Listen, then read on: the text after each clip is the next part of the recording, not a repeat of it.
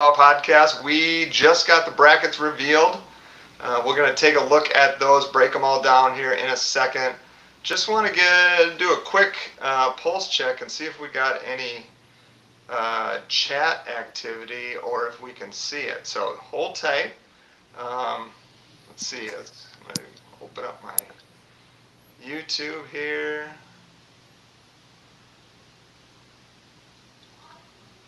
This is the first time doing a live stream, so we got to dial everything in.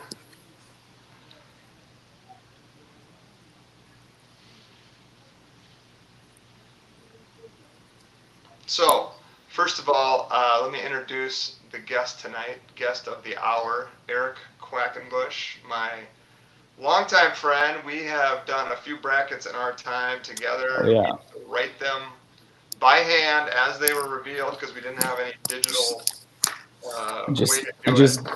started here tonight, so little printout and copy number one. I love it. You know, I need the magnets. That's my favorite thing to see. The winners slap the magnet on the next step of the bracket. So, yep, for sure. That's all about that. That's a fun way to do it. I wish, that's what we need. I went with the painter's tape this year. That works. That's slick. Social media, but yeah, that's slick and easy. Take it down there after. But yes, sir, Steve. The Sharpie doesn't soak through on the paint. We just painted, so I don't think. I was gonna say it looked pretty fresh. All right. Looks like we got public chat. All right, Lisa, representing the Denver, Colorado. We're pulling them in from everywhere. Nice. I love it. Thanks for being here, Lisa. All right, so the chat's working, so that's a good sign. Perfect. I want to do a quick run through here, a couple of housekeeping items. I want to break down or let everybody know Thursday I will be at Back Channel Brewing here in Spring Park on the shores of Lake Minnetonka for a live opening day show. I got some swag to give away. There's beer. There'll be a food truck. It's a super cool place if you haven't been out there. So we'll do a live show at Back Channel Thursday night. Time still to be determined. I'm kind of waiting to see who plays and when, but we'll figure that out. And then tomorrow I'll publish an interview I had with 14 seed North Dakota State's head coach, Dave Richmond. I did the interview last week, but we'll get that up. They play Michigan State. We'll talk more about that later. But really excited to have Dave on the show. I've known him since like 2008, probably, something like that. So super nice guy. Really excited for him and his program. So they just punched their ticket last Sunday, a week ago, beating UND to get to the big dance. So today, Eric and I are going to talk about the regions. We'll kind of break down who we think is the toughest region. I already have an idea in mind. Can Michigan be the first Big Ten champ since 2000? That's a big storyline. Snubs, I don't know if I really felt there was any major snubs, but some seeding issues for sure.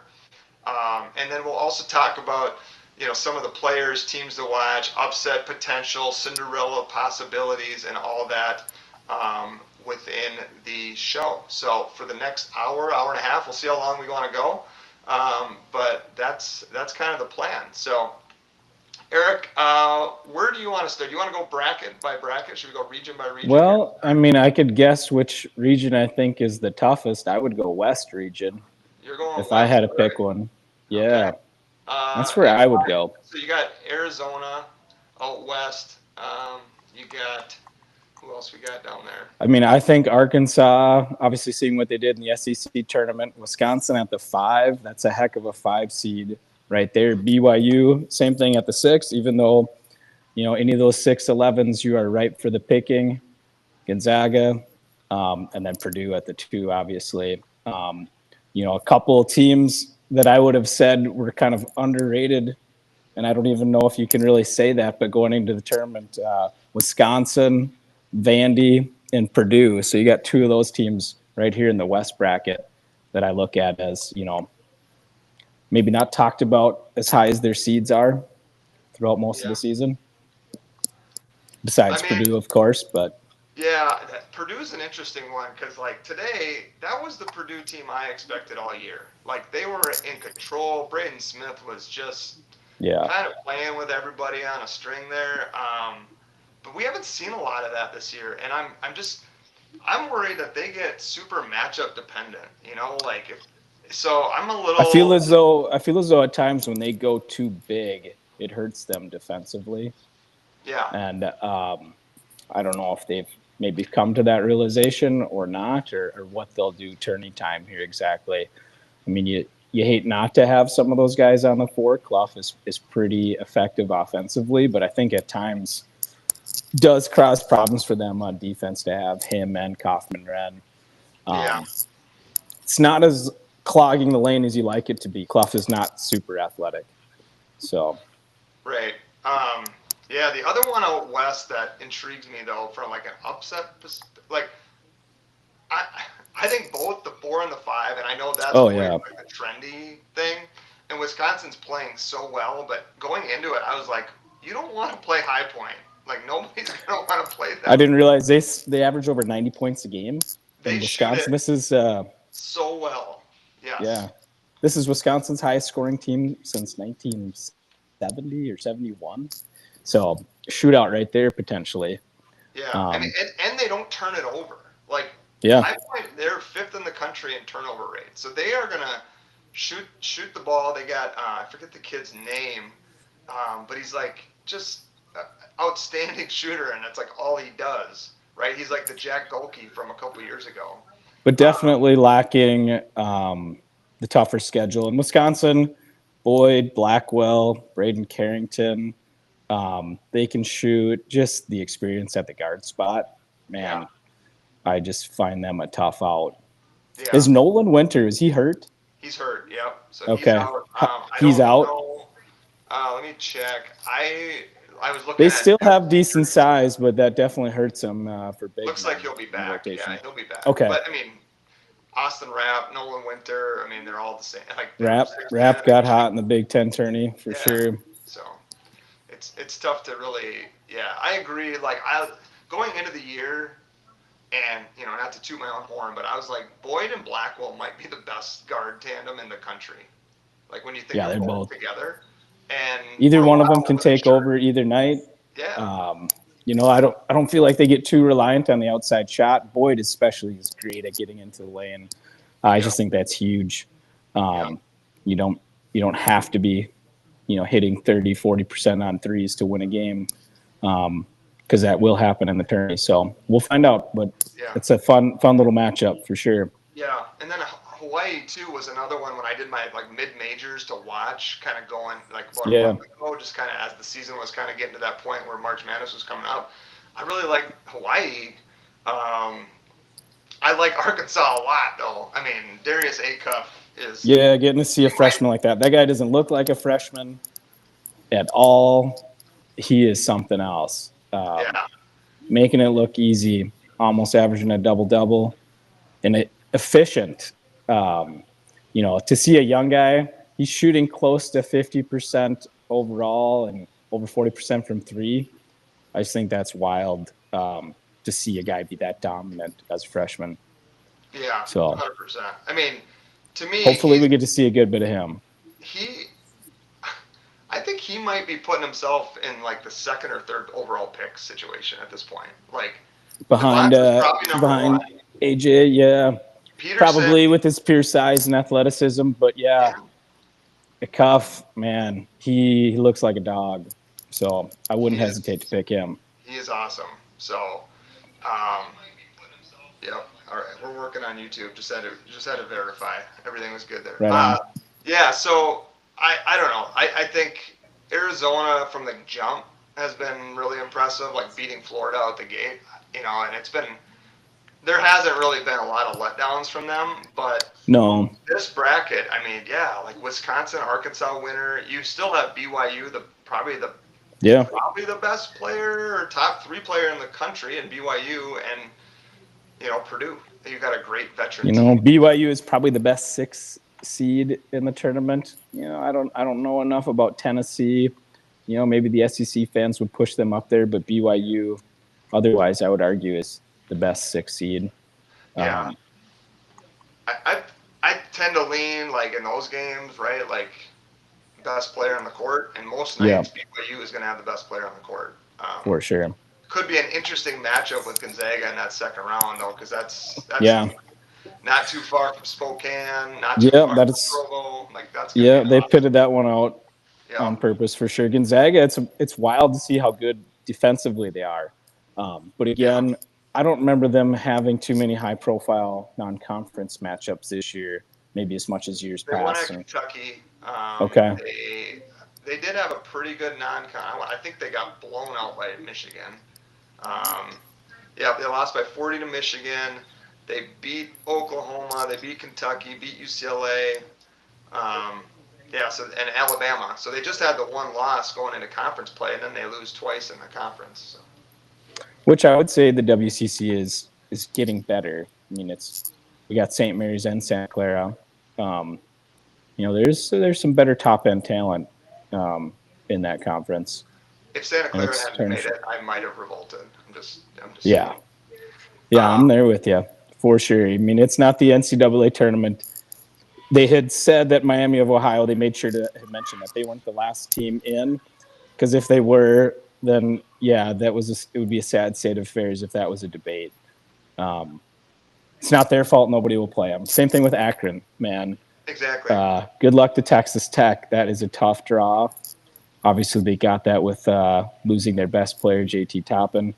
And I'm okay with that matchup. And that's a hard one not to pick Akron there. Get a chance to slip a 12 seed I in there. 100% agree. That'd be one to go.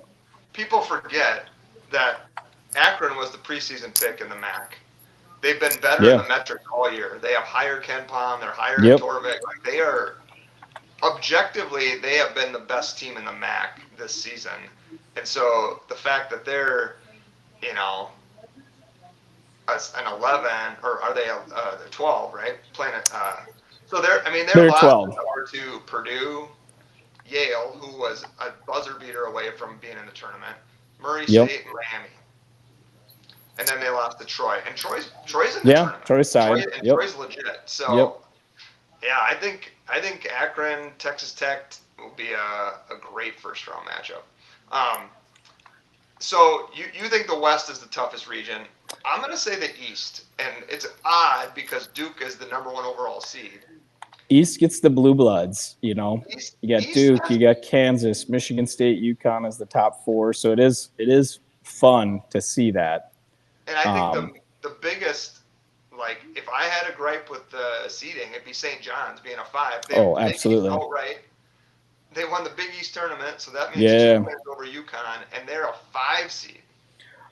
I would easily flip them in Kansas, don't you think? They're going to have to play each other quickly, potentially, anyways. Yeah, probably. It's hard. Kansas, if there's 1 4 seed that I would say kind of surprised me, yeah.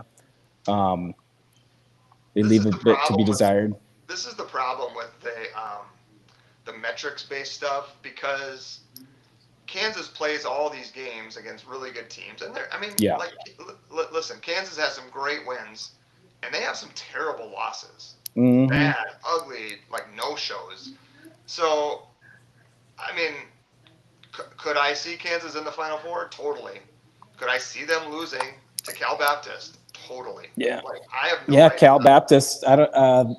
D2 not that long ago. It's fairly recent. Their jump to D1, so that's pretty cool to see them already making the tourney. So you got UConn with a 2-time national title winning coach. Yep. You've got Michigan State with a national title winning coach. You've got Bill Self in Kansas as a 4, and you have Rick Pitino at the 5 seed. That's why I think the East is to me, those top 5 seeds are better than any other 5 seeds, and I would be.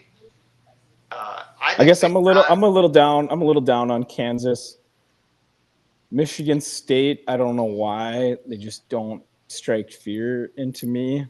Maybe like usual Michigan State teams. Maybe I'll be proven wrong. I'm not picking against them early. I can't say. In fact, you could easily make a case in the Elite 8. I would say, UConn absolutely a tough matchup. You got to get there, but they don't. I don't have many other teams that strike a ton of fear in me. Um, no, I can totally see where you're coming from. Is Duke healthy? What do we know And that's about the other thing. the injuries there? So Duke, Patrick Gungba is going to be back, so that helps him in the front court. But Caleb Foster, it sounds like he's done. And Okay. so you're relying on Caden Boozer to run the point. And, they were playing Harris more yesterday because they had to kind of, and listen, Duke's ninth guy is still pretty good, right? Yeah. Like, but when you get into a game, I'm like, if St. John's gets by Kansas and plays Duke in the Sweet 16, I don't know. The St. John's, I can't say that I've watched enough of them. Did they have a little more scoring this year? Because I do remember last year in the tourney, man, they could outpace you, they could out hustle you. I don't know if they had enough scoring punch, enough St. John's. finishers. Yeah. Did They got Bryce Hopkins from okay. Providence, so he's like the big Okay. offseason guy. I don't know that they have more than they had last year. Like R.J. Lewis was Big East Player of the Year; he was awesome. Um, but what I can see, if let's just say St. John's and Duke matches up, St. John's is going to just wear you out. And I Yeah. don't, without Caleb Foster, I think Duke struggle. And then what I've been worried about all season with them is foul trouble between Boozer and Gangba.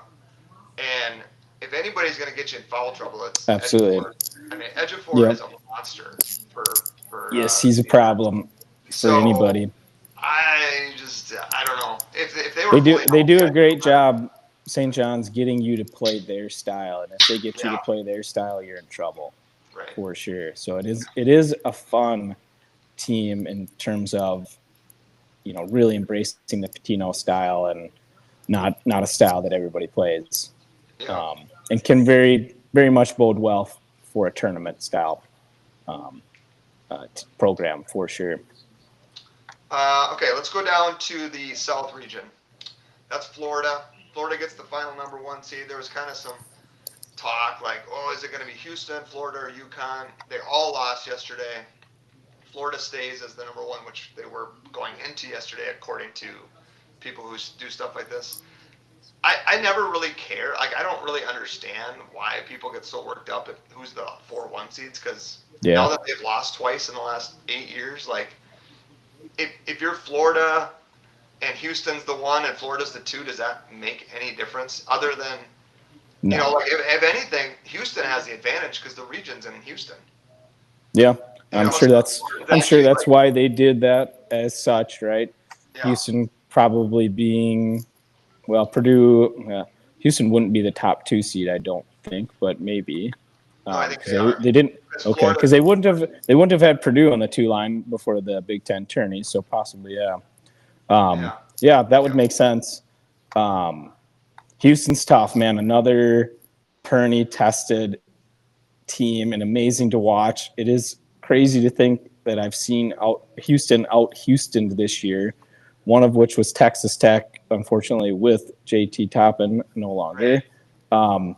But they have been more vulnerable, better guard play, I would argue, but more vulnerable down low from their typical dominant on the boards and physical style.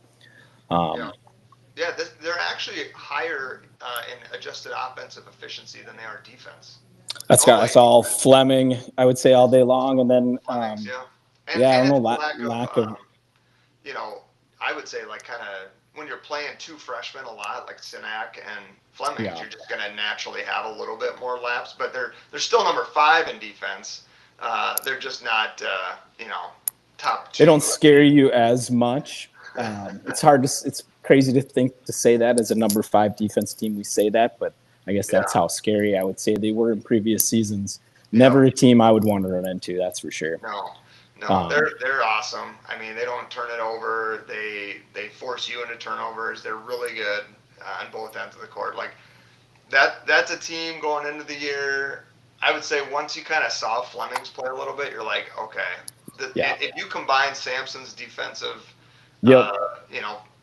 education that he puts on those guys, and and you get in a tournament situation, that's still. I mean, I'm gonna have a hard Fleming was time not the picking yeah, them. absolutely. He was the ingredient they were missing. Yes. You put him on last year's team. Yep. Yikes. Exactly. So So I would Houston. say it's a hard argument between the South and the Midwest, though, for kind of the least sexy bracket. Um, I'm glancing back and forth at them. Houston's lights out. St. Mary's is a great team. Illinois, What do you think of Illinois? quietly, I find them hard to believe in or love, and then you watch them and you see flashes where you're like, wow, these guys are a matchup problem for so many people Yep. coming at you with so much size, so Yep. much scoring. And then other times they just don't seem to scare you. I wouldn't be afraid of them defensively, playing against them. That is, um, what was their Achilles heel? You tell me. Maybe it was just that. Maybe it was defense and lack of physicality. Illinois. Yeah. I mean, I don't Yeah, think they're. they can't guard. It's the same as it has been for. I mean, So they're listen. ranked 28th defensively in the Ken Palm. So there's 7 overall Ken Palm, 2 offense, 28 defense. Yep. Them and Purdue 36. There's kind of the biggest fall off either offense or defense in the Ken Palm. Those 2 teams right there. Yeah. That makes sense from what we saw all year, and thus they both have 8 losses. The biggest thing is So they don't really like get you out of anything other than having some yeah, size, right? Like they don't force you. I don't think in a lot of I'm maybe shocked they're 28th, and maybe that is just because of their overall length. yeah. Their their point guard, he's a gritty guy. Boswell. He is physical for a point guard and willing to do the dirty work. I don't see dirty work written all over anybody else on that roster. Too European. Hate to say it, but Yeah. Well, that's the flair. every matchup they get on offense is usually like an advantage on offense Yep. is a disadvantage on defense because they're kind of slow. Keaton I mean, they're Walker. long. It's hard to be quick when you're that long at the same time. And if you don't have a big paint presence to kind of clean up the house, which I don't believe they do, do they? Yeah. Am I missing something there? You mean size on the inside? Or They have a big. Do they have a big rim running shot blocker? I mean Enforcer. they got 2 guys over 7 feet. Both the Ivisic brothers. The thing is like I don't know. I agree with you about like I don't trust them, but then I'm like Yep. looking back and I look at they had starting in February 7th, they lost to Michigan State in overtime. They lost to Wisconsin at home in overtime. Then they lose to UCLA on the road in overtime. Then they lose to Michigan again. Whatever, Michigan's awesome. And then they lose to Wisconsin in overtime in the Big Ten Yeah. tournament. So you're like, are they Where's that far away? yeah? Or is Where's the they just bad loss? Right. right? But they gave up 85 to Michigan State, 92 to Wisconsin, 95 to UCLA, whose UCLA shouldn't score 95 points, 84 to Michigan, and 91 to Wisconsin. So I know those games are in overtime, but like maybe play a game in the 70s and 60s, and maybe you'll. Maybe getting some matchup with other teams that just get the tourney jitters will help them. They might be able to shoot through that where other teams won't. I You know who guess they that play first, though, right? I Fran clicked off McCaffrey a and Penn. pen. Yeah, I just saw some kid put up 44 last second 3 to put it Yep. into overtime. Played as a freshman at Duke, didn't get a lot of run. Then he went to Oh, Virginia. okay. 6'9" shooting. Is it Tyler Power? Ty Power, something like that. Chad Powers. Yeah, Chad Powers. He's All reincarnated. right, He went through a little playing hoops disguise. now. Grew a little bit. Yeah. So, but okay, say fine. You win that game. Then you got North Carolina and VCU waiting. VCU, I feel like, is the kind of team that will make them extremely scattered. Absolutely. Carolina has some size with their big guy down low. I don't know. Yeah, I mean Illinois. It's the same as Yep. Kansas. I could see them losing first round. I could see them getting to the Final Four somehow. So Yeah. I'm not sure what to make of them. Well, does Nebraska get their first ever tourney win? They better. We should, right? They better. If this ain't the year, I don't know, man. You're 26-6. You better. You know, I hadn't known a ton about them, but I had, as I mentioned earlier, Vandy is one of my underrated teams. They have a sophomore guard, but after that, 5 of their top 7 are seniors. Yep. Well balanced, not a ton of size, but enough. You know, it's hard to say that when everybody's 6'7", but they don't have too many monsters. But very well balanced. I would like to think a little bit battle tested in the SEC, and obviously they put together a pretty good SEC tourney run. And they started out the season 16-0, I want to say. You know, I don't recall a ton of bad losses. A lot of it was there in the SEC.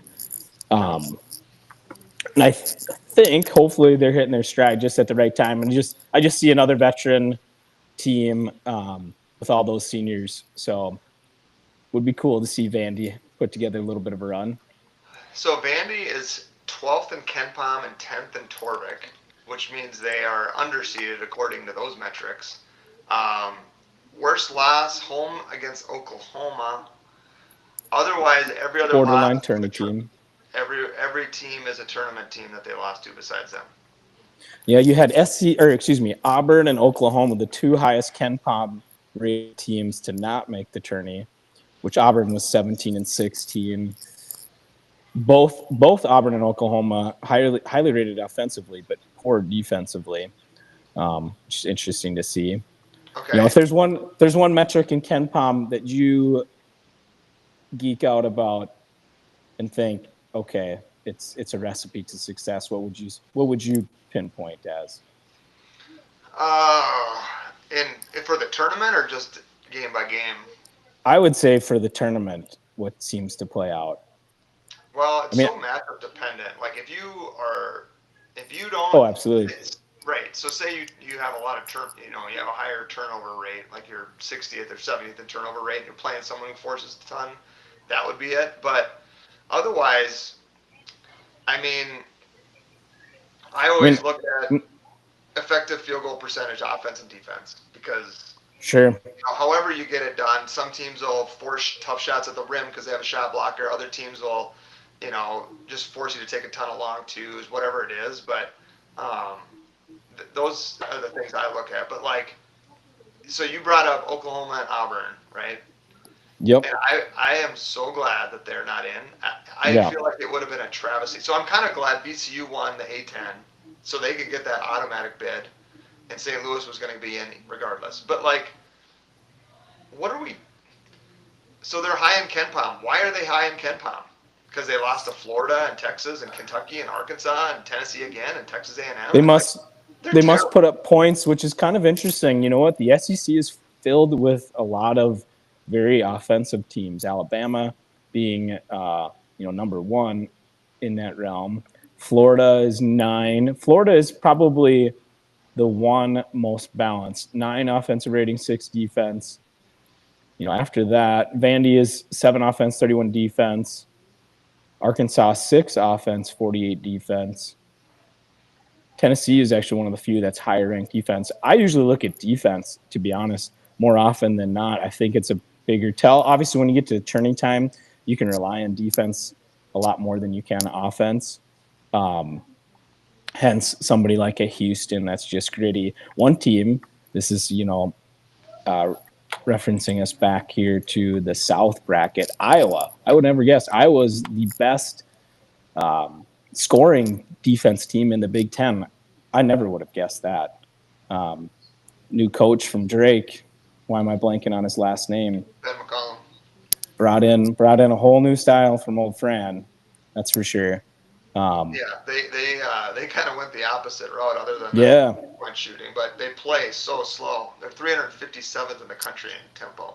That helps defense. Yeah, it does. Yeah, short game.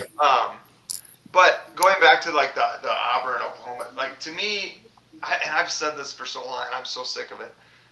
If you're the 9th or 10th best team in a power conference, you've already proven to me that you're Yeah, not one of the best teams in the country. Like, there is no way to absolutely. really prove Miami is or isn't because they didn't get to play anybody because nobody Yeah. wanted to play them. So now you're going to say, Yep. like, well, look at their metrics, look at their this, look at their that. It's like nobody would play them. I can The almost, metrics get watered down after playing the same teams after a while.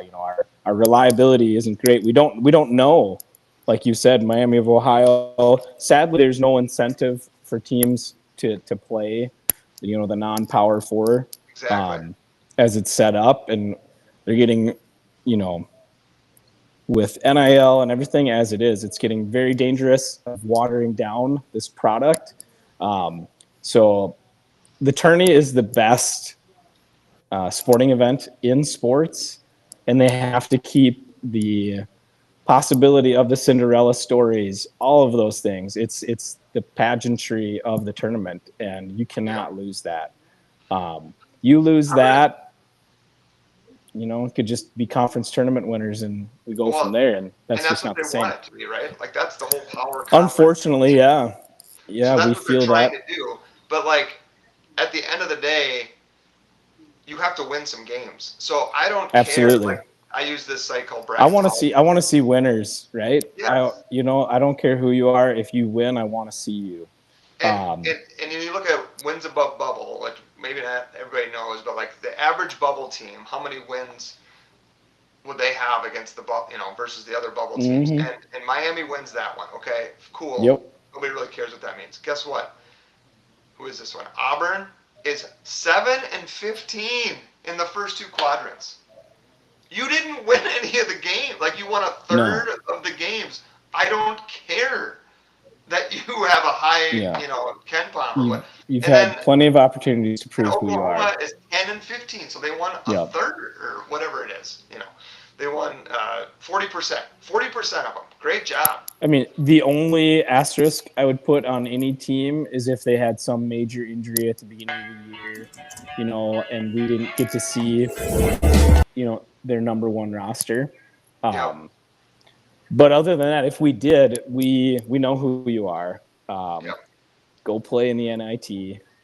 We've seen enough of you, Yeah, right? I Time agree. to move Like on. Indiana, So they were on the even Ohio State. Like, okay, they're what are they 9, 8, 9? Like they're fine. They're in. it's I've hard to seen get Ohio excited. State.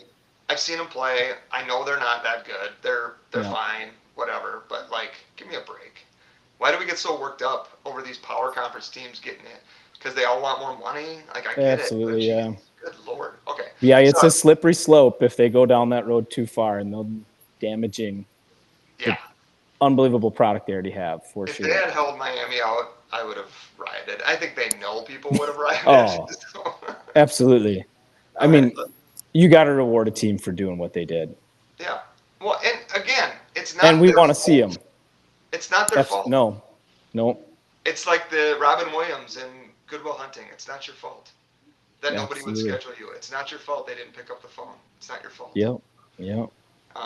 All right, let's go over to the Midwest. Talk about this quickly. Michigan, there's the top seed. Like you mentioned, Texas Tech. Akron is that's a classic 5-12. You got an injured Texas Tech team, but Hmm. that could be an interesting one. Texas Tech was interesting how good offensively they are.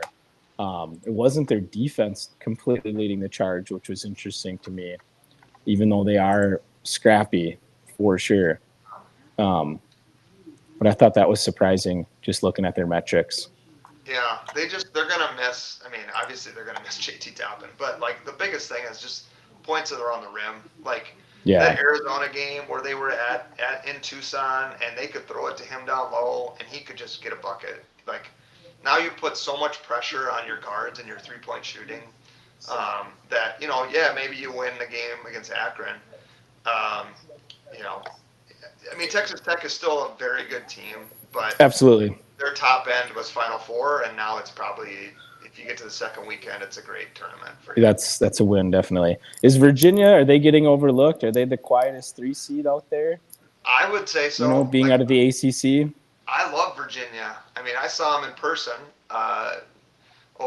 Good for me.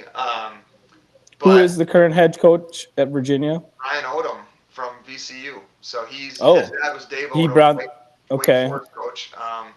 is And it very much full court it press, is. Shaka Smart It's the style? VCU like Okay. stuff, right?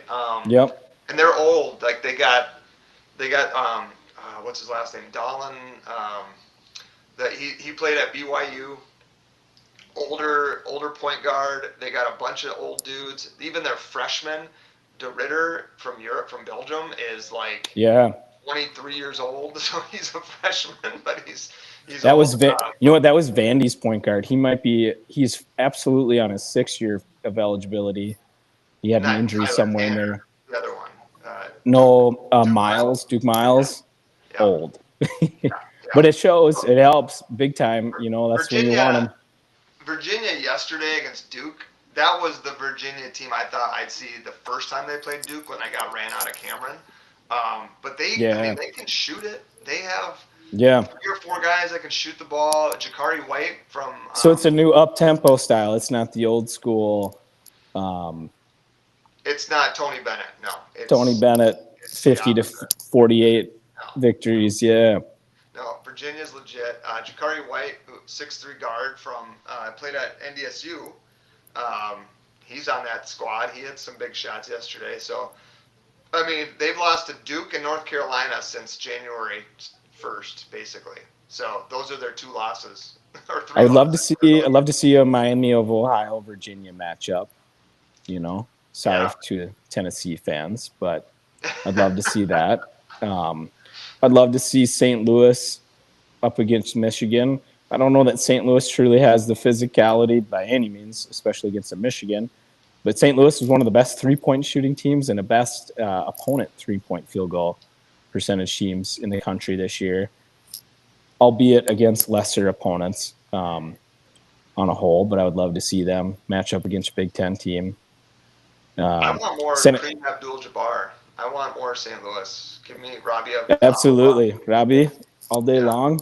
Absolutely, with the rec specs. Yep, can't get enough of those. Oh He my is God, he's an awesome. amazing passing big man, and it's funny watching him kind of stumble down the floor, but yet be so nimble at the same time. Such soft hands. So Hmm. he is unique. He is college basketball's less athletic Jokic, I would say. Can be physical and dominant all at the same time, but cannot jump a lick. Um, but it's such a great passing big man. And Yeah, he does have an impact on defense, albeit not vertically, but right. he's a big enough boy to be a presence. I sure Yep. hope Santa Clara beats Kentucky. I don't care to watch Kentucky, believe it or not. Yeah, I mean, just Um, injuries, kind of, and they just like that $22 million roster everybody talks about, but like, you know, they're just not fun to watch at this point. yeah. I remember Iowa State. Oh, I'm bouncing around. Go for it. early in the year, before the regular season started, Purdue did a scrimmage at Kentucky, and Kentucky kind of took it to them. Granted, scrimmage, Yep. but like some of their freshmen, I was like, man, these guys are awesome. Like I think they got something here, and it just never really materialized for Kentucky. And like I just, They had a couple little spurts where it started to come together, but right. But not they're another consistently. classic case of like, yeah, every loss was bad, but at some point you got to string something together. Like they beat Vandy, Tennessee, Arkansas, and all these teams are highly ranked in KenPom, but you know, you just had what did they have 13 losses. Like I don't know. So, so I mentioned Iowa State, another team that started hot. They beat St. John's early in the year. I forget about that victory. Beat Purdue. Um, then started to get in the Big 12, lose to Kansas, lose to Cincinnati, lose to TCU. TCU is a little underrated, I would argue. Lose to BYU, Texas Tech, Arizona. A little couple get right games against Arizona State and Bobby Hurley. Yeah. One of which put the nail in the coffin there. That was probably coming anyways. So yeah, it's hard to. It's hard. When Iowa State's rolling, they look like a really fun team to watch. Yep. I am.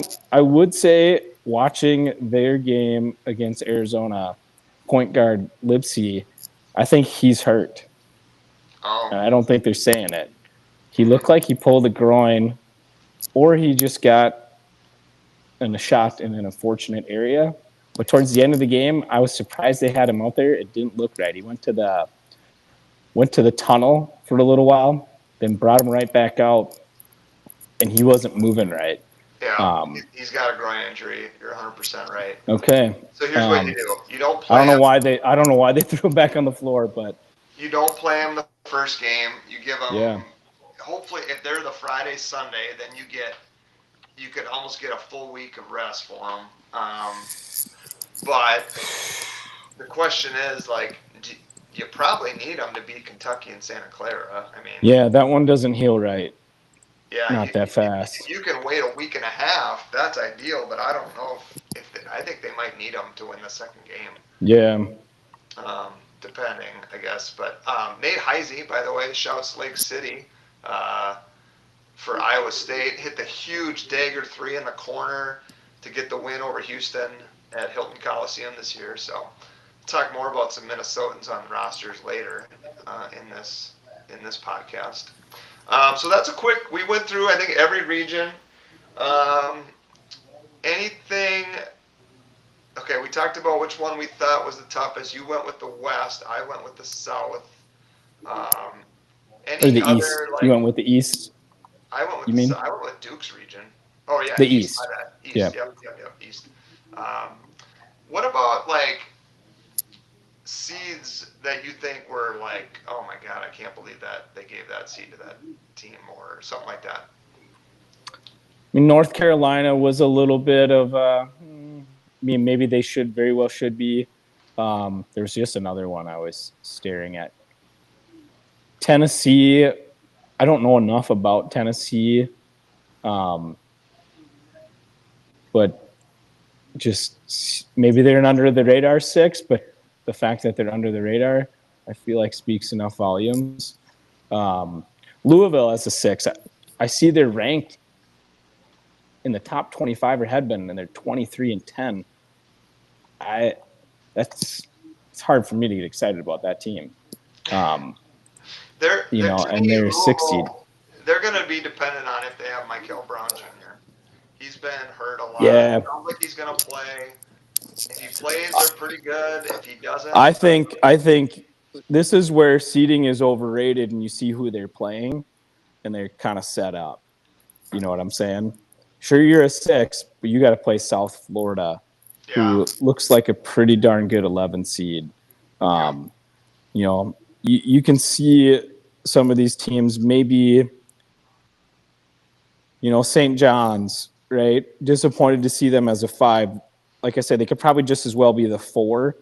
yeah, I'm not saying they get the easiest job being next to Duke and meeting them in the Sweet 16, but they got a path to the Sweet 16 that's not bad for a 5. yeah, Probably the weakest 4 in Kansas, although albeit probably the most talented. Shocker, right? Nebraska as a 4, I was maybe a little bit surprised by that because they had a lot of momentum early in the year and then just seemed to fall off, for lack of yeah. a better term. But remember, the committee doesn't care. Like That's this right. whole that's another debate that we could have because I do think it mattered. I think you're a different team in February and Absolutely. March than you are in November. So I don't like, which is how they justify these schedules, these power conference teams loading up on schedules because they're like, well, the whole resume, we look at it from the beginning to the end and it all means the same. It's like, but No. guys get hurt, teams change, Yep. teams evolve. Like, you can't really say that. No. Oh, I don't think. I mean, just knowing. I can understand. Like, okay, we keep going back to Texas Tech just because JT Toppin is such a stud. How a guy like that ends up at New Mexico before a Power 4 is beyond me. But you don't want to take away from what they accomplished and not get a decent seed. But they probably got Akron for a reason, and we know why. They had Akron's definitely the best 12, I would say, on here pretty easily. Well, there's some good 12s. High Point, Northern Iowa. There are some really tricky My 12 my names. Missouri Valley team. There's a reason the 512 is a known issue, right? Absolutely. Obviously, 6-11. For the little bit higher matchups, like they said, around 52% of 11 seeds have beat 6 seeds over the last 10 tourneys. I'm not Say sure the what? statistics on Say that again. 52% of 11 seeds have won in the last 10 tournaments. Wow, that is surprising. And Maybe well, not surprising, the but like, play-in teams are always an 11 seed, right? so you got to be 2011 there. VCU made it to the Final Four as a play-in. 2021 UCLA UCLA, with yeah. Jaime, Jaime Jaquez, yeah. right? NC State made a good ways in recent years, and The they're year they 11 beat, playing the year again. they won the ACC tournament, got the auto bid. Yep, That's the only yep. reason they were in. Yeah, So 11 seeds are real bracket buster, pain in the butt. Now last year's bracket was super boring. it Very was. much by the book. There were very few upsets, and you got to wonder. I think all of us wondered if NIL was going to lead to that in the Power Four conference dominance. It does choke out a bit of the mid majors, but you do have some, mid major superpowers nowadays. Gonzaga obviously is one of them.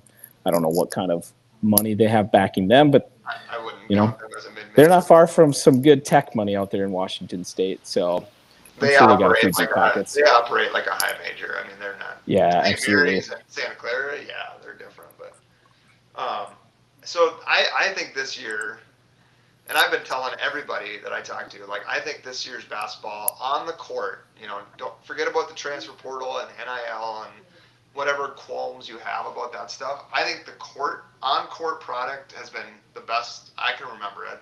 The freshmen have been amazing, and now to what you were just saying about last year being pretty chalky, all the no fun Cinderellas. I think this year we get back to that. I think there's I think so too. lots of teams I can see winning. I think the middle. I think what's happened is the top is very good. Duke, Michigan, Arizona, Absolutely. even like Florida, UConn. Houston. I'd put in that group. But that Yep. middle ground of like the Iowas and the TCUs and Wisconsin. Missouri, And like those guys all are. I kind of think you're seeing the mid-major draft of talent that is coming to them, and it's coming to the right places. And sometimes it's major to major almost. Nick Boyd from San Diego State. I guess they would maybe consider it a little bit of a mid-major. But guys like that coming to some of these bigger schools and coming into their own and showing how talented they are. Absolutely. I see more upsets in this year's tourney as well, I would have to imagine. And I agree with you. Some of these freshmen blow my mind. it's crazy. Who's the Arizona kid Burries that I'm missing? Heat. Burries. So smooth. He's like Jamal Murray. Dare I say, a young, non-foul baiting Shea Gilgis. Just his style of play to get into the paint and kind of know with pump fakes what to do, the spin moves. These guys, they all know these moves so effectively. How to use a screen, how to split a screen. It's pretty amazing to watch as freshmen how tourney ready a lot of these guys look. Yeah. So it should be a lot of fun for sure. Yeah. Going back to, I had asked you about your seating. Mine is St. John's. I think that's. I think it's hard to justify that. I think they're, first of all, you win the Big East and you win the Big East regular season and tournament title. No other conference team, if they did that, would be a 5. Yeah. There's just no way. No. And okay, so they've had one loss since January 4th. Their other losses, every team's a tournament team except for Auburn. And, they were debating. And at the time, we thought they probably would be. But Alabama, Iowa State, Auburn, Kentucky, Providence. Those are your other 5 losses. So definitely little disrespect to the Big East, huh? Totally. 100%. Like it's not, they scheduled Mississippi, they had Baylor. It's not their fault those teams weren't very good, and it's also not their fault that Creighton and Marquette and Seton Hall Yeah. and Villanova. I mean, Villanova's in the tournament, but like a lot of the Big East teams kind of weren't as good as they were expected to be. But they ran through it. They lost two conference games. Like I don't know. I'm shocked they're a five. I think they're going to be pissed. I think Yeah, Patino. you look at the metrics, man, the Big East did not represent well. No, Um, no. I'm surprised actually looking at this how fast it falls off. You have Yeah. Villanova in there. Um, Three teams in the tournament, but Marquette is usually a tournament team. They were not yep, great. Seton Hall was close, but couldn't close the deal. Creighton had the injury to McAndrew. That Creighton got the win at UConn, but other than that, it was pretty blah for UConn or for Creighton. Excuse me. I mean So Syracuse very down. Oh, Syracuse ACC, excuse me. yeah, Marquette, yeah. yes. You're aging Butler, yourself, Eric. I know the If we old could Big get East Syracuse was and back when it was Pittsburgh back in cool. the Big East, oh How it should be. yeah, We got to write things. There's a couple. Another public service announcement I have, Steve. okay. Pepsi, Mountain Dew, they need to bring back the NCAA teams under the bottle caps. Oh, You shoot. know, God, that was we fun. need fun marketing. Except Nothing, for this time, it could be a waggle hat. You know, that's nothing what I'm quite as thinking. exciting as getting Mount That St. was the Mary's coolest on a thing. bottle cap. Oh, absolutely. You're gonna win it for sure. One thing I did want you to know, Steve, Chandler Bing is playing in this Yes, year's tourney. Vandy. That's got to be the you name of the know, tournament, right? Chandler absolutely. Bing. His parents, gotta love him. I So think I'm gonna give somebody's got to come up with like some sort of Chenandler Bong TV guide. And absolutely. I mean, dude, that I was trying He to gets explain to my minutes. He son. gets minutes too. Oh, So he had a we're hammer gonna dunk today or yesterday. absolutely. I mean, he's awesome. Who Yeah, knew? Who it's knew? fantastic. I'm just if we get a Ross Geller on like Lehigh or something, now we're set. Or a Joey That's Tribbiani. sounds. Ross Geller has got to be Ivy League, Yeah, something of the Joey sort. Tribbiani feels like a St. John's or Oh Providence, yeah, he's got to be out Villanova. east. At Villanova for sure. He's like Boston College. If they DiVincenzo, were any good. Tribbiani. Absolutely.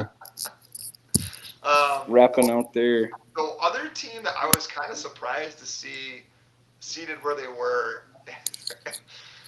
not to break up the friends comments, but Yeah. NC State in the A play 11 in. first four in Dayton. Um, I don't know. I mean they haven't played well lately. They've lost a ton of games here, including games to Notre Dame and Stanford. But um, I don't. I think going in, everyone kind of had these high expectations for NC State and Will Wade, and I was not one of them. I just was like, I don't know. I mean, their roster's kind of just okay. They got Darian Williams from Texas Tech, and They are he was great, but they're he was playing 34. alongside JT Toppin, Yeah. and now he's not playing alongside JT Toppin, and Trey They're Holloman. 34 in the Ken Palm, and they're 11 seed. So they're the highest seed, you could say, or highest number seed for the highest ranking Ken Palm. Wade, old coach Wade, what is his last name from LSU, NC State, right? It's his first tourney team. Yeah, he was What's, at McNeese State the last couple of years. oh, that's right. And they've had continued success, Right. as we see. So, yeah, it's fun to see some of the smaller school mid-major teams have sustained success in recent years as well. Trying to think of a couple of the others now that have been. High Point, I believe, has been to the tourney consistently a few years now. Utah State's very good. has been a pretty solid, consistent tourney team. Yeah, VCU, I would say, since Shaka. VCU, absolutely. Yep. All right, so let me ask missing? you this. Let's talk about upsets. We've mentioned a few of them. If you had to Mm-hmm. pick one, I'm going to put one of them in here that I can tell you probably aren't a big fan of this one, but I got McNeese Vandy. I got McNeese as a possible. VCU UNC, High Point Wisconsin, South Florida Louisville, or Akron Texas Tech. Which one would you pick?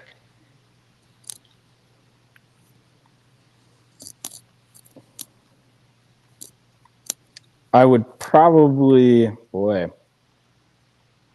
part of me wanted to say High Point, even though Wisconsin and Vandy, two older backcourts. I want to believe that's going to win out. I can see what you're saying with McNeese. You know, I haven't watched Texas Tech enough without Toppin to know. And I'm just going to say Akron. I'm going to stick with my guns. Yeah. That's the one I stare at the most. Stay strong. I want to believe the old backcourts are gonna to get it done. They can't all be cold one night. Yeah. I would think one of those guards has got to step up for those teams and power them through. Yeah. Let alone they'll have the size advantage. So you said how they played without Toppin. So they win 3 in a row without him. Right? No. Yeah. No, They I lose. think you could be right. Yeah. So they beat Arizona in overtime. Then the next night they play, or a couple nights later they play Arizona State and lose, and he goes down in that game. Then they win 3 in a row, including at Iowa State and at Cincinnati. And then they lose 3 in a row since. They lose to TCU, BYU, and Iowa State in the Big 12 tournament, which wasn't competitive in that game, but Iowa State. Looks to me like they're having trouble scoring, which is interesting.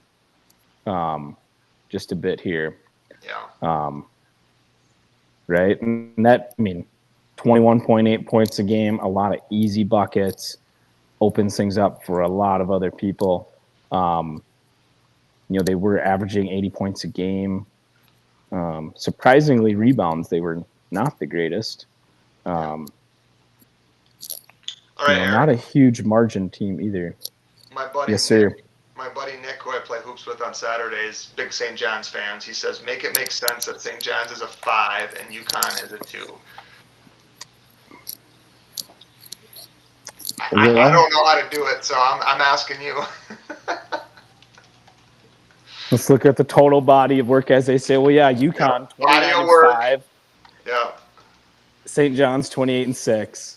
All right, let's do some deep diving, huh? Let's deep dive. I'm pulling up. I'm resume comparing here, Nick. So hang tight here. I'm going to pull this up. This is my go-to, bracketologist.com. Here's resume. Net, UConn 10, St. John's 15. So right there, Ken Palm 11, St. John's 17. So to me, they should be like maybe a 2 and a 3 or 2 and a 4 at the worst. Strength of record, strength of schedule. They're not far behind. Wins above bubble. It's 4 and 17. Quad 1 and 2. Let's combine those. 18 and 4 for UConn. 16 and 5 for St. John's. They each have a quad 3 loss. So St. John's has been on a heater. They lost to Providence back in, trying to find the date, January 3rd. Yeah, I said they've lost once since then. One game. No, they beat UConn, at home. And yesterday. They lost to UConn by 32 shortly thereafter.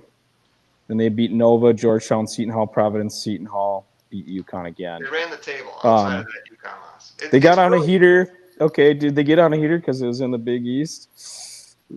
Part of it looks like that. They lost to Auburn. They lost to Kentucky, Iowa State, and Alabama. The Auburn, Kentucky, two not so great. Stuff, but again, 6 losses. Purdue's got 7 and they're a 2 seed. So UConn lost to Arizona. This is where the records are deceiving, I would say.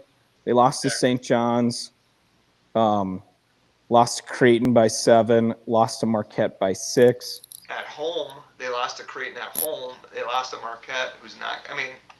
Okay, let's say UConn. It was at St. John's. Full body of work. Yes, you can say UConn should be higher than St. John's. St. John's should not be a 5. At worst, they should be a 4.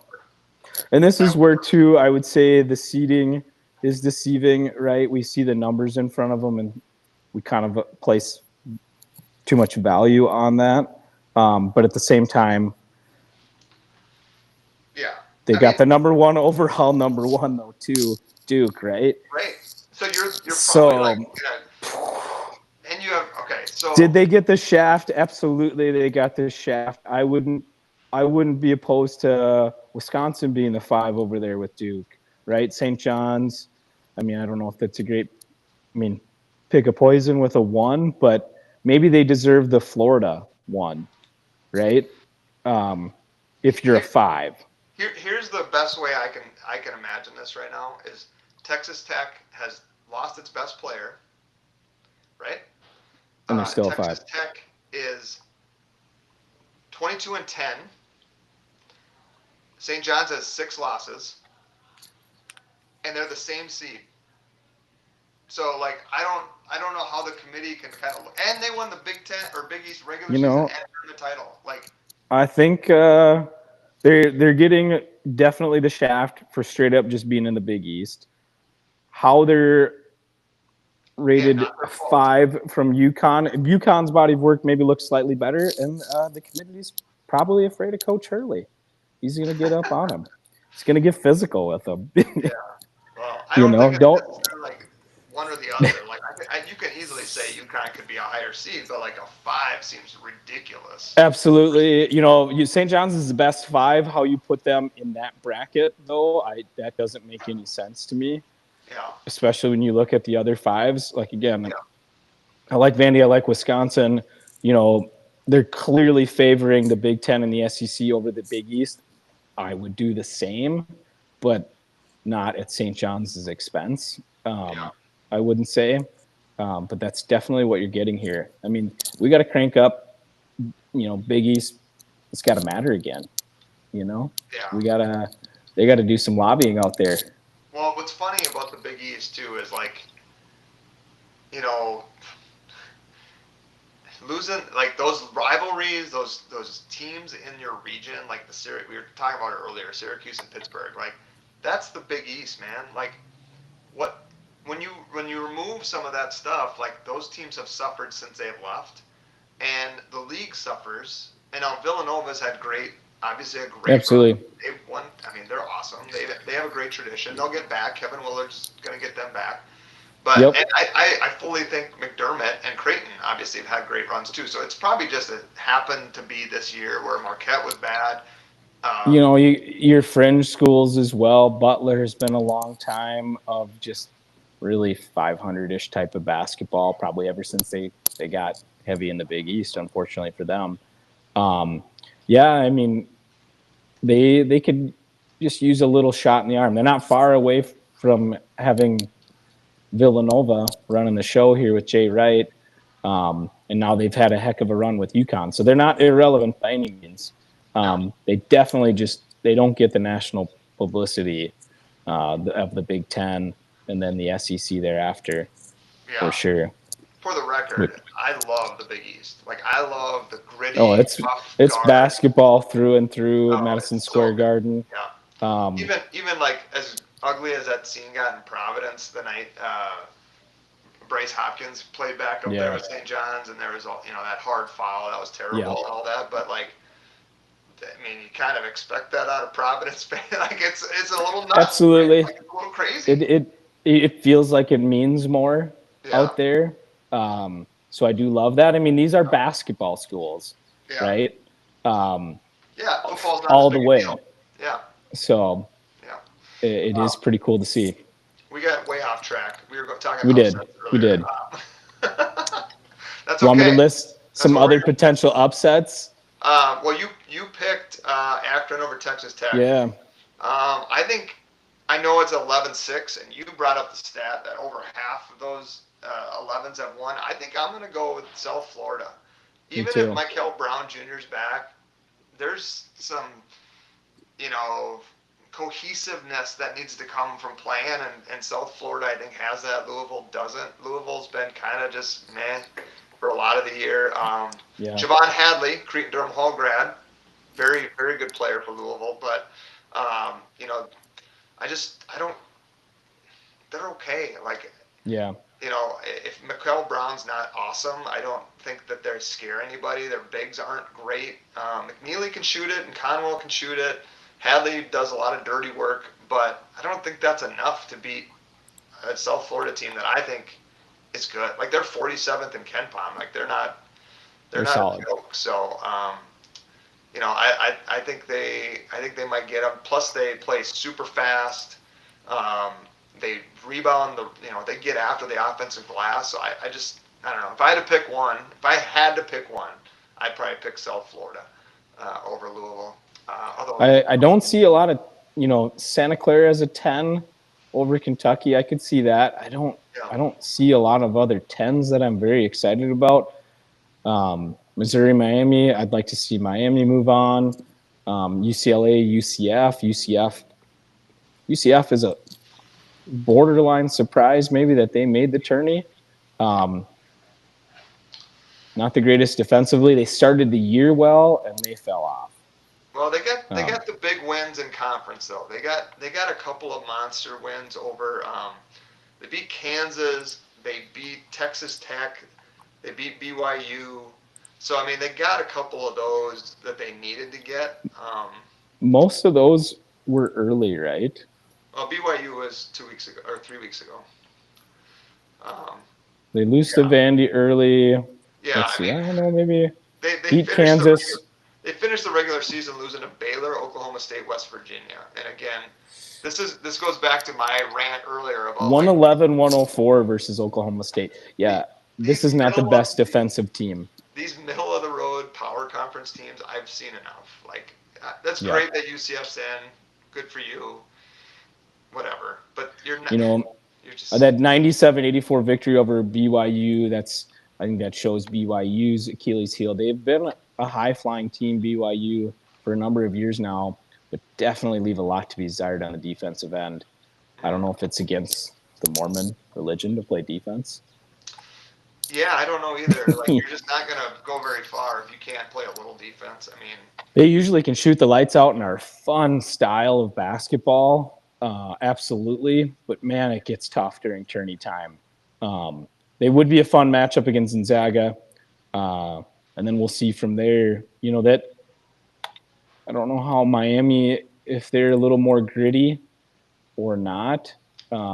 Miami's looks pretty decent defensively and offensively, pretty even. I mean, that's a first-year head coach in Miami, Jay Lucas from Duke. He was an Oh assistant. yeah, I mean, that's a pretty damn good job to come into absolutely. Miami and go 25-8. I mean, he got Malik Renew transferred from Indiana, and that's helped. Obviously, he was a pretty solid player. Not, but he wasn't like, you Yeah, know, I mean, he was fine. So that helps. But yeah, they just him and Trey they Donaldson. I got a couple of they seniors, so spent their money right. yeah, That's what you're telling me. yeah. So I Um, mean, good for them. That Absolutely, run they've had. Jim Larinaga had some good teams there, and absolutely. Yeah, they made a great run last year, if I the year remember that correctly. Loyola knocked them out, that was a big surprise. Miami had a good team, so. Yeah, they've been a Um, solid program. yeah, let's see what else we got. Oh, I was gonna just bring up a couple names. Minnesotans playing. Obviously, Wisconsin's got four of them, so this is a Minnesota focused podcast. So I wanted to make sure we did this. Andy Stefanowicz, Minnetonka native, playing for NDSU, starting point guard. Really reliable. Another plug to listen to my podcast with Dave Richmond, head coach at NDSU. We talk about Andy and what he's meant to that team. Nasir Whitlock, De La Salle product, Mr. Basketball Minnesota a couple years ago, starts point guard for Lehigh. Actually, hit a half-court shot to get them into the semis, so they were close to not even. The game was tied. I mean, it's not like they would have lost, but that's he's a bucket, man. I don't know if you've seen him play. Yeah, He's not real big. He dropped. I'm pretty sure he had 20 against Houston earlier this year. So Nazir you're putting up Whitlock. against 20 against Houston. That's saying something. Yeah, exactly. Like they're big guards. Like Uzan and Sharp were guarding him, and he was still making shots. So like, watch Nazir Whitlock. If you get a chance to watch Lehigh, if they're in a playing game. So if they win, they get Florida. So that'll be an interesting matchup there. But Other guys, Nate Heisey I mentioned at Iowa State, Trey Holloman playing at NC State, again another Cretin-Durham Hall product, to go with Javon Hadley at Louisville. So those two actually, Hadley was a senior, Holloman was a junior. COVID hits, they don't get to play in the state tournament. That team Yeah. was pretty damn good. They had a good chance. And then the other one, Heisey I mentioned already. So there's a few more. I think all in all, I counted 18 high school, Minnesota high school players. Caleb Schoenrock, another player at NDSU from St. Francis. Chase Thompson, fresh from Alexandria, playing at Clemson. Clemson. Who else we got here? Mercy Miller. I count him, Master P's kid. He played at Ihaha for a couple years with Jalen and Chet. But then he transferred out after that. I don't know why. You'd think he would. I'm sure he loved Minnesota. Absolutely. He's at Houston, getting more minutes this year. He couldn't get any run here. You know, too much talent. Yeah, sure. Too much talent. Sure. And then let's see. Those are the big names. There's more. Some guys that don't play a lot. Did you mention Braden Carrington, of course, former Gopher, now with Wisconsin? I just mentioned all the Wisconsin guys because they're half the roster, it seems like. But is Northern Iowa, Cheddar at Michigan. Jalen Wilson from Benilde is at Iowa or Northern Iowa, but he doesn't play a ton. So. Well, I feel like there was any Minnesota kids on the Iowa State roster. They recruit well up here, that's for sure. The Lake City kid, yeah. Oh, yes. Yeah, that's pretty much it. Oh, Nolan Groves at Texas Tech, too. Also doesn't play. That's right. A lot. Yeah. He had played a little more in the early part of the season, had he not? Yeah, got a freshman record for rebounds in the game. And then hardly played since. So 6'5" or so, you know, that's the coach there is intense. Maybe he got on the wrong side of things. Well, Shooter over at the Pioneer Press is telling people that he thinks Groves might end up at Minnesota. Hey, we'll take him. We'll take him. Absolutely. I don't know, man. It's pretty hard to turn down chances to compete for Big 12 titles, and that's what people don't get. Like Nico's got us going on the right track. Texas. The unfortunate thing is the kind of money in Texas is something else at all those schools. Texas Tech, A&M, Texas. Yeah. I mean, they are throwing around money to another level, to say the least, and it shows in every sport for sure. Not just football; it shows in basketball as well. Yeah. Yeah.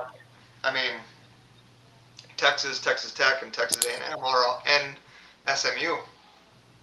SMU's in that playing game against Miami, so all those Texas schools. But Miami, I've been defending them. I defend the mid-majors. I love mid-majors. I want more mid-majors in March Madness.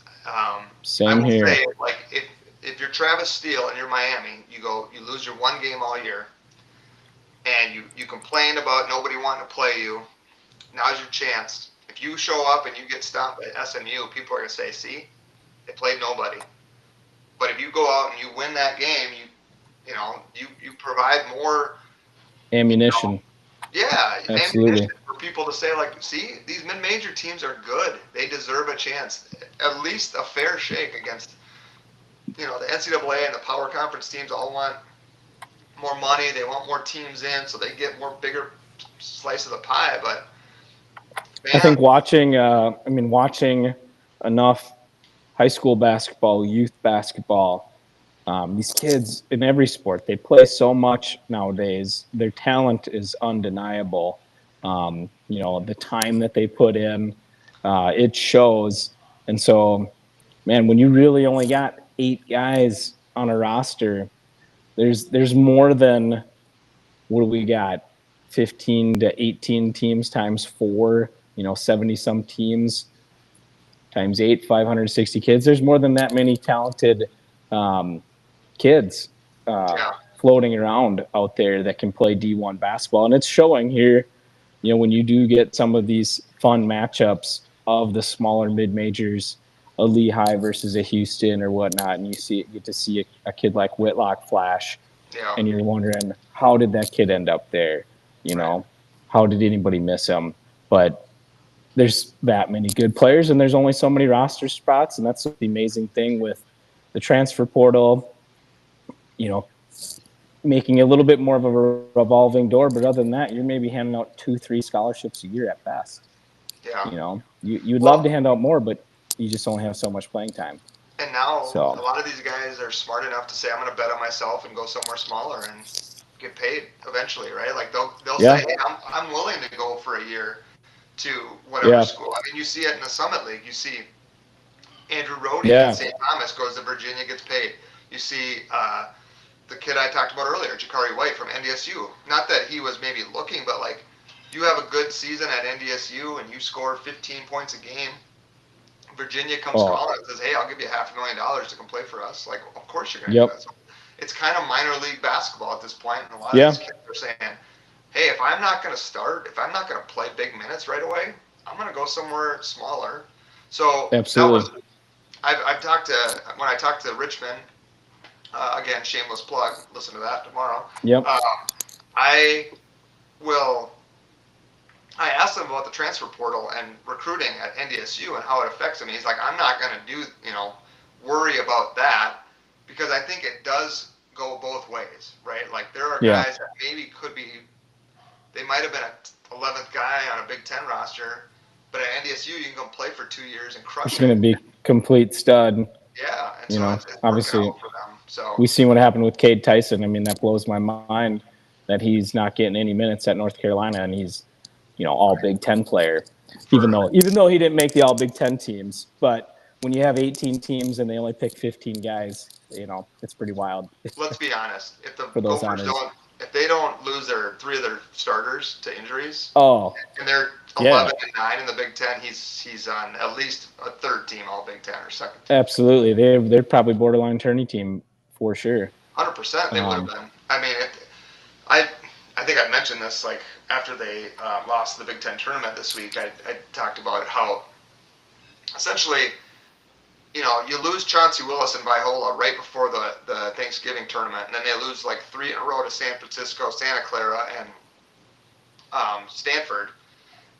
If you win 2 out of those 3, and then you add 2 more Yeah. 10 wins, yeah, you're Yeah, the San Francisco one really hurts. Stanford wasn't too bad of a team, and obviously Santa Clara is a tourney team, so they looked bad exactly at the time, that little West Coast swing, but turns out it really wasn't that bad. no, Um, and we were just kind of coming into our own. So it was no, amazing what they did, with the 6 Iron Men. They yeah, were fun to watch no matter what. They moved the ball so well. They are what I, opine for in watching basketball. They made offense look easy. They made yeah, it look like you're at an advantage having the ball. Far too many teams. It's just too many ball screens, and it looks hard to score, yeah. and it shouldn't be that way. So kudos to Coach Medved.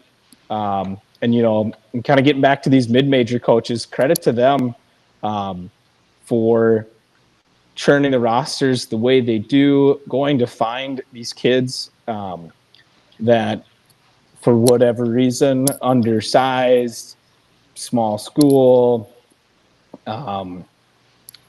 overlooked on their own high school roster Yeah. with the amount of talent that some of these high school programs put out.